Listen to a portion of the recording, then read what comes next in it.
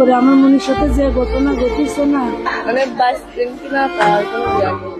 4 দিনেও জ্ঞান ফেরেনি শিশুটির, মৃত্যুর সঙ্গে পাঞ্জা লড়ছে। এরই মধ্যে লোমহর্ষক আরো তথ্য বেরিয়ে আসলো।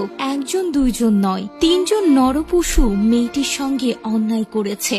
হাসপাতালে লাইফ সাপোর্টে কৃত্রিম যন্ত্রের সাহায্যে শ্বাস প্রশ্বাস চলছে তার। বাঁচার সম্ভাবনা মাত্র 3%। এদিকে এই ঘটনার 3 দিন পর গতকাল শনিবার মাগুরা সদর থানায় মামলা করেছেন শিশুটির মা, যেখানে অভিযোগ করেন তার মেয়ের স্বামীর সহায়তায় তার শ্বশুর শিশুটির সঙ্গে এমন করেছে। বিষয়টি মেয়ের শাশুড়ি ও ভাসুর জানতেন।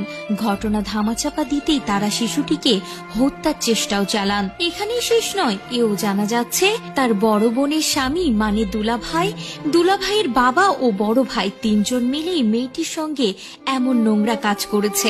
আসিয়ার সঙ্গে কতটা নির্মমতা করা হয়েছিল সেটার বর্ণনা দিয়েছে ডাক্তাররা। চিকিৎসারত ডাক্তার বলেছে, আসিয়া যেহেতু বাচ্চা মেয়ে তাই সে খুবই ছোট, সেজন্য সে নরপশুরা কিছুটা ধারালো অস্ত্র দিয়ে তার সাথে এমন করার চেষ্টা করেছিল, যা আমি আপনাদের উচ্চারণ করেও বলতে পারছি না। আর এইসব কাজ করার সময় তার নাক মুখ চেপে ধরা হয়েছিল, যাতে কোনো রকম চিৎকার করতে না পারে। তারপর মানুষ চলে আসলে আসার আওয়াজ পেয়ে আরেকজন গলা চেপে ধরেছিল মেরে ফেলার জন্য।